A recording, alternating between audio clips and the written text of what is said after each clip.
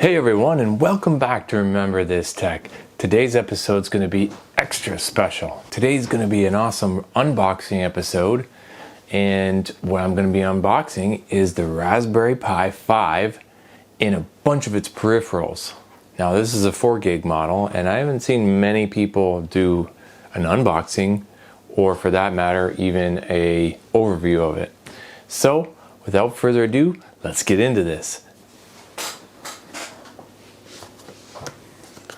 First off, the Raspberry Pi 5 4 gig model, and this is how big the box is. It's pretty small. It's of course 4 gig model, 64-bit quad core Cortex A76 processor. It's got 2 micro HDMI ports. I wish they had full-size ones, but you know, it is what it is. 2 USB 3.0 ports, 2 USB 2.0 ports. Those 3.0 ports are really going to come in handy for, you know, loading things. 2 4-lane connectors for camera, display, peripherals. Well, those peripherals are sold separately, of course. A gigabit Ethernet port, 802.11b, G, N, and AC wireless on this. Something you won't find built into the Orange Pi 5, but you will find those on the Plus models, just to note. As a comparison, Bluetooth 5.0 and Power over Ethernet capable, but some of those cables and such those are sold separately as well. PCI Express expansion connector. It requires a PCI Express adapter, sold separately. So you can run PCI Express or maybe an NVMe, but you're gonna have to buy the adapter and such. 5 volt 5 amp USB-C power supply recommended for best performance. 5 volt 3 amp minimum is required. So with that, let's open it up and look at it, shall we? In the box we have the Raspberry Pi 4 gig model. In the front you'll see all the connections ports for the USB 3.0, 2.0, and the gigabit Ethernet. On the side here, you'll have the USB-C power connector and the 2 micro HDMI. And here's the pin header for your peripherals.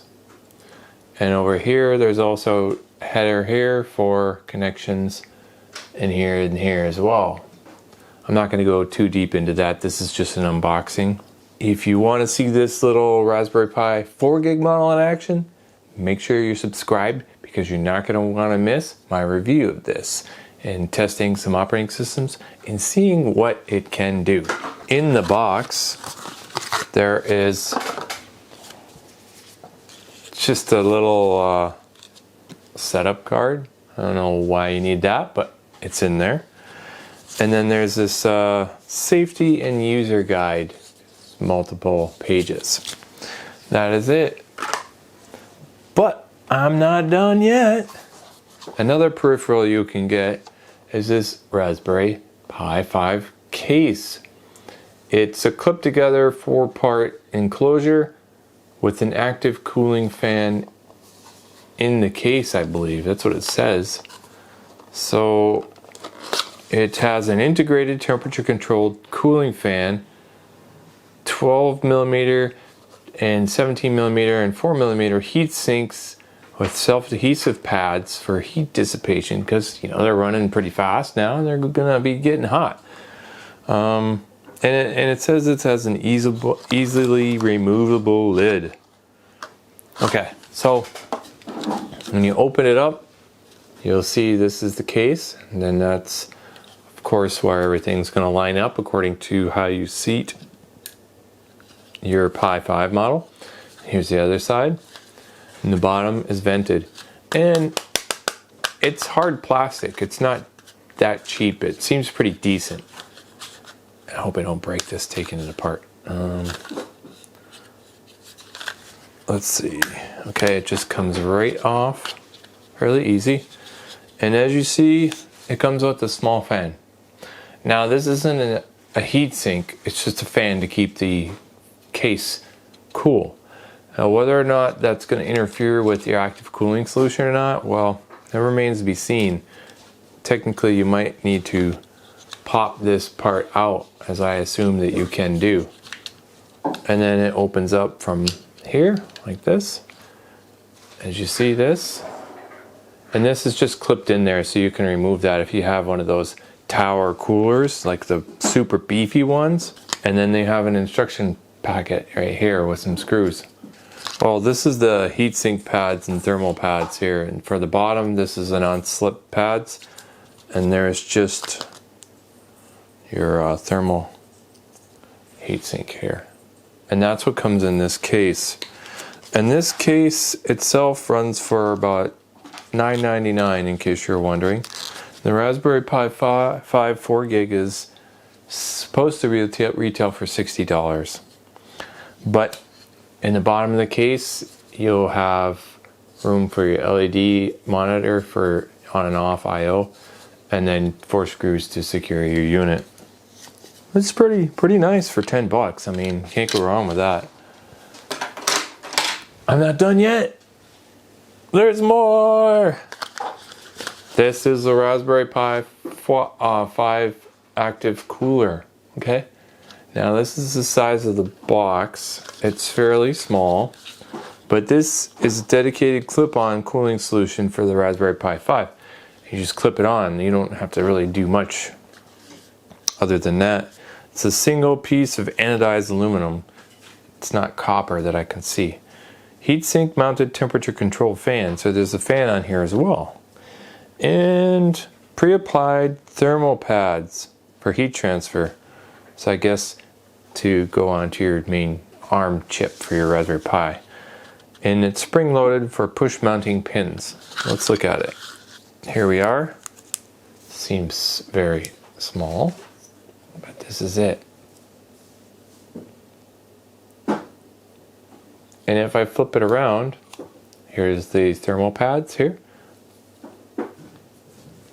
And you know, you're gonna have to hook this up to your power for your board. So one question I would have is that, hey, how am I going to power this and the case fan? Is there enough power connectors on the Raspberry Pi? I don't know, but it looks like there's 2. Looks like there's 2. That's a good question, right?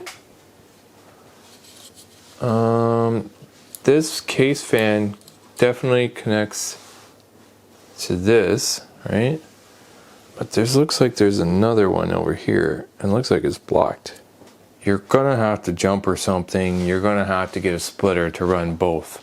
There's no other way I can see around it. So in that case, I would probably say run the active cooling fan on this tiny heatsink. And one last thing, it is the 27 watt USB-C power supply for Raspberry Pi. And this powers the 5 volt, well, it's 27 watt, and in the box, I cannot read this. It's the standard power supply for USB-C. And if you can zoom in on this, let's see if we can get the camera to focus. Here's the specifications.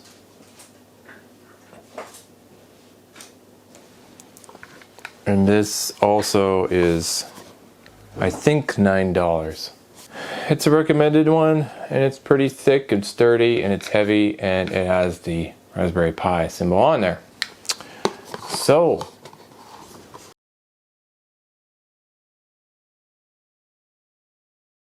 decent quality components. The heatsink, the active one, seems a bit small, but we'll do temperature tests when I test the Raspberry Pi 4GB model. So, like I said, stay tuned. You want to see that one, because I haven't seen many people test that unit. And the only caveat, final thoughts, is that, well, the Raspberry Pi doesn't have more than one connector. It does have other connectors for power, but I don't see how I can fit them in there. I'm super excited to test this. Thanks for coming along with me on this ultimate unboxing of the new Raspberry Pi 5 and showing you all the peripherals for the Raspberry Pi 5 4 gig model. Thanks for watching. Remember this tech.